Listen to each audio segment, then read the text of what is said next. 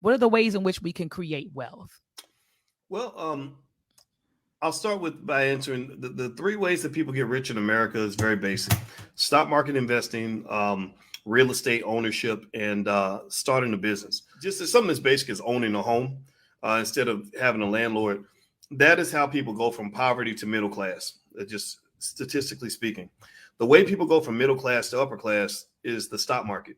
The last 20 years, the stock market has been just, an extraordinarily easy way to make money.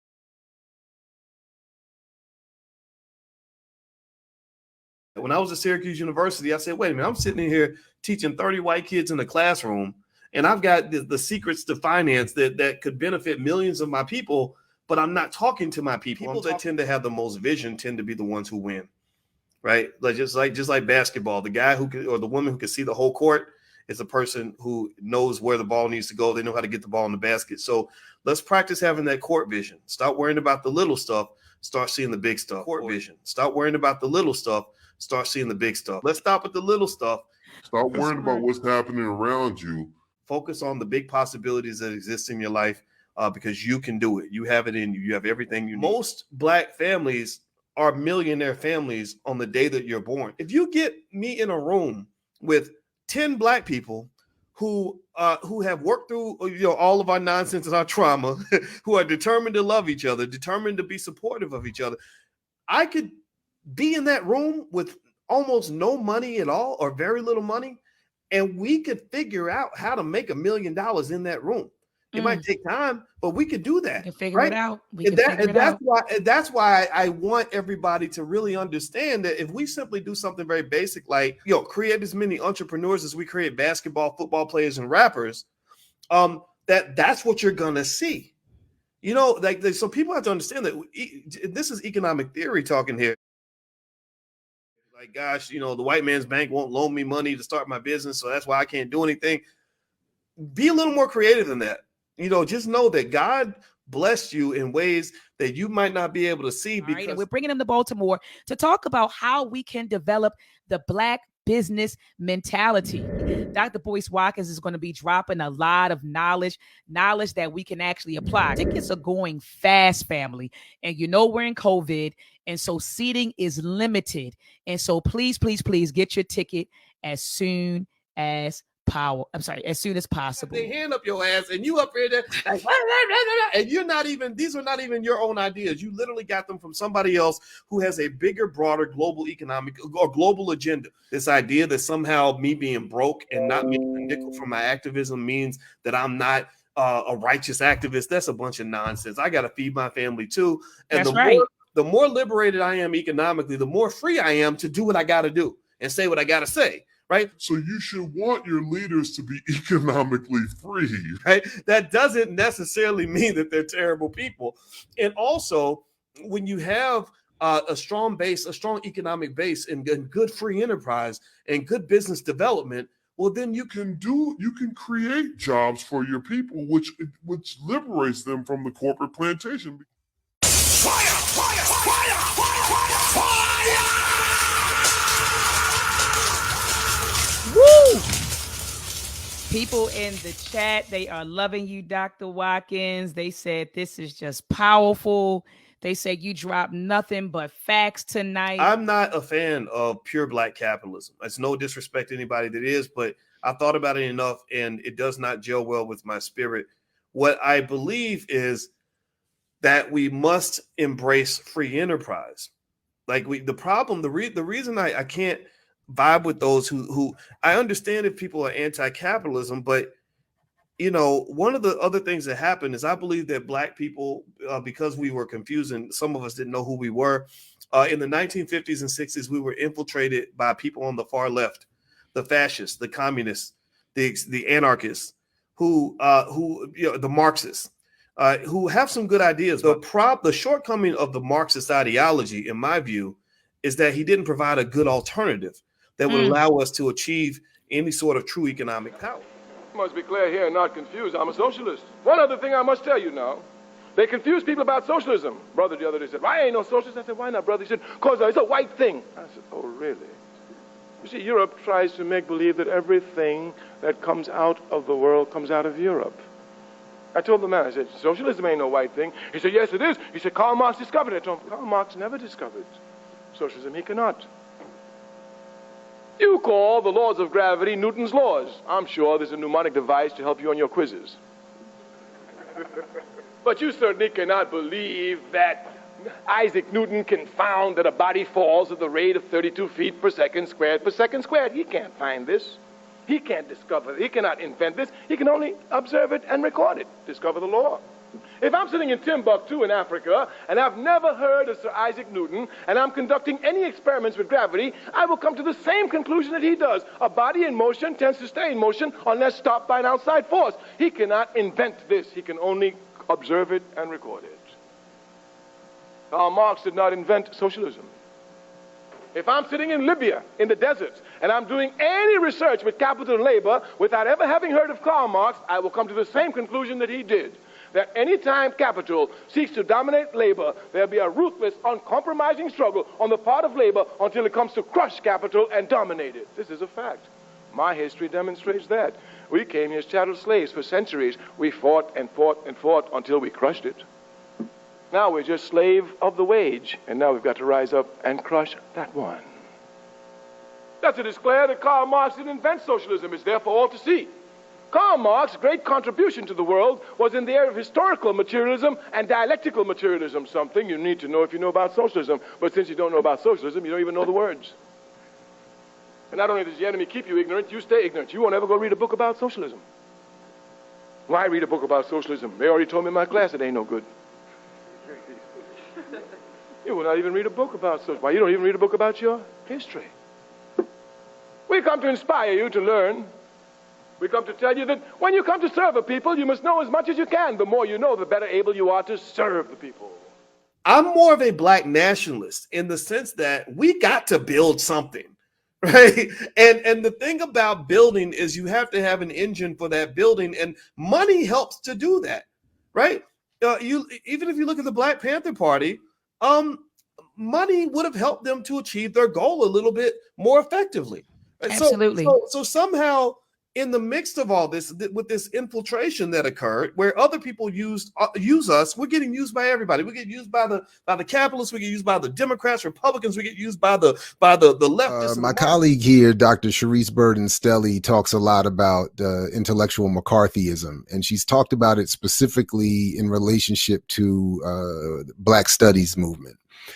And I know one of the purposes that I have in mind for this discussion is for my my intro to Black Studies class. And so I was wondering if I could get you to talk a little bit about this intellectual McCarthyism, specifically as it relates to Black history, because I think your book is a response to that. That is the removal from or the suppression within Black studies and Black history of the relationship of between socialism and the Black liberation struggle. So if you could say a word or two maybe about that, or maybe just highlight some of the figures for a second that you talk about in the book, Cyril Briggs, for instance, obviously, and others, just as a reminder of the relationship that you're talking about here between, again, Black liberation and socialism, which I've often found is a suppressed, a discouraged component of that history, even within Black studies. Yeah, well, first of all, once you refuse to recognize that the Black liberation movement is a revolutionary movement in and of itself, part of and that its natural ally is that other revolutionary movement called socialism. Then you have to make sure that the two never meet. You have to make sure that there's no coming together here. And the ruling class does not lack class consciousness. They have that, you know. We do, you know. And so what they see as their job is to disarm us ideologically and organizationally. And that's what anti-communism does in our movement, you know. It's like I once read a passage in Oliver C. Cox where he said that the Southern racist fascists used to tell Black people, stay away from communists because they're preaching equality.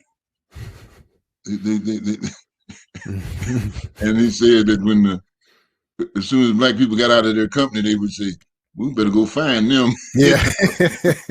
So stop it, Black people. Stop letting other people make you into a damn puppet. They got their hand up your ass, and you up here to put your children in a position where they don't ever have to go work for anybody. And so what you're doing in Baltimore here, for example, with the Black Wall Street, with those 96 businesses sitting right there, I mean, that's beautiful. And the thing about it, the thing that people really want to see, I hope that I need people to take time and meditate on this, to see the true vision of what you're creating.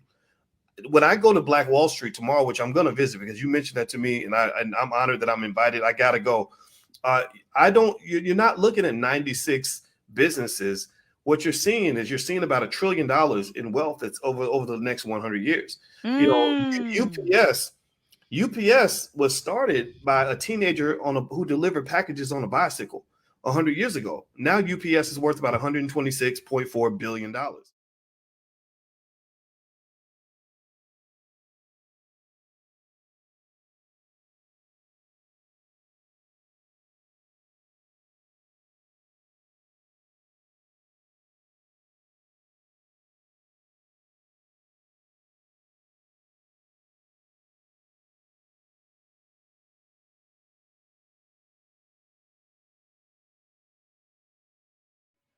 So it's like this is before white folks wanted Oklahoma.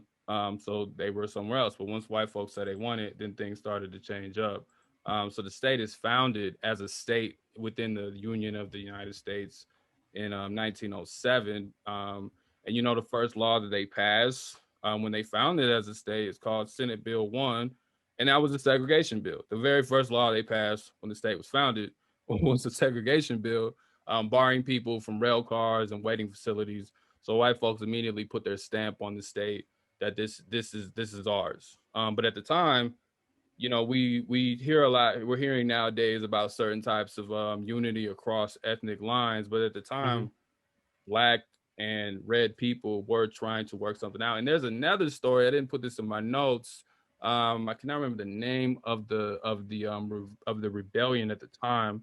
I'll look this up. But there was a rebellion by a group of socialists in the early 1900s in Oklahoma that tried to overthrow the state and make it. And it was white folks, Black people, and natives, and they tried to make it their own state. That failed, and from some things that I read, a red flag is still banned in Oklahoma because that's the socialist flag. We talked a little bit about this on our We're Not Our Ancestors episode. So again, a bit of history. I'll look it up later. That's just left out of the narrative. But there was a strong socialist presence in Oklahoma, which I'll get to a little bit later. So this is, again, the state's founded in 1907. This is ironically around the time that the NAACP is founded.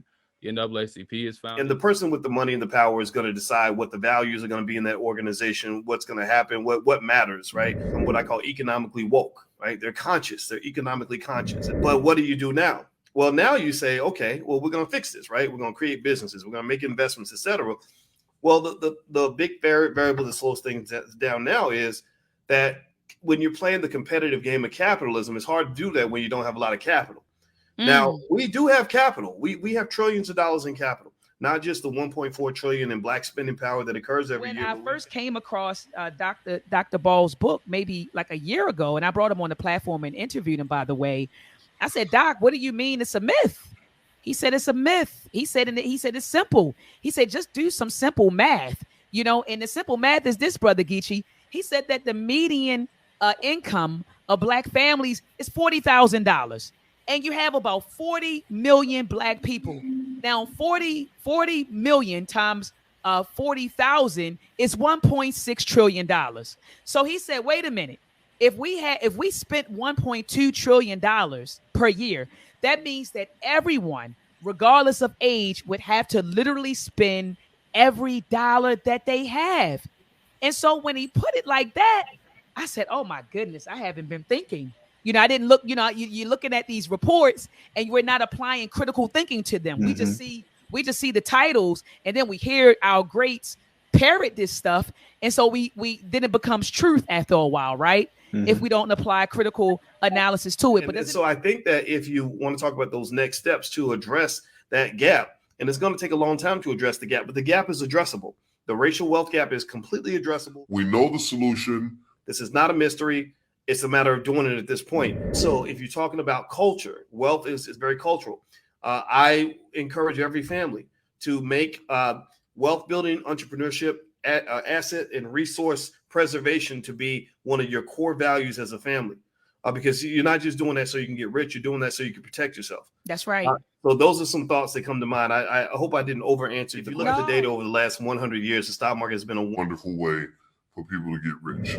So I would argue that just as a basic premise, literally a rite of passage, economic rite of passage, every child in our community should learn how to start a business by the age of 12. I don't believe in equality and us trying to catch up and close gaps with everybody else. There's nothing to address that gap, and it's going to take a long time to address the gap, but the gap is addressable. The racial wealth gap is completely addressable. I believe that we should aim to be the best at everything, period. And we are. When we really tap into that, you see that all over the world, we are the best at the things we're the best at. And so I believe that every one of our children should learn how to start a business by the age of 12. 2, every child should own shares of stock from the time that they're born as early as possible, with a consistent accumulation of stock, which will make them independently wealthy by the age of about 25 years old. So that takes them off the corporate plantation. They can then reclaim their lives. You have officially bought your freedom for your child. And I've got the secrets to finance that could benefit millions of my people. Why do you feel that some black people take issue with black folks practicing capitalism? I am not a capitalist. I know too much about capitalism to be a pure capitalist, because capitalism is it's a system that, if it's practiced in its purest form, it is very harmful.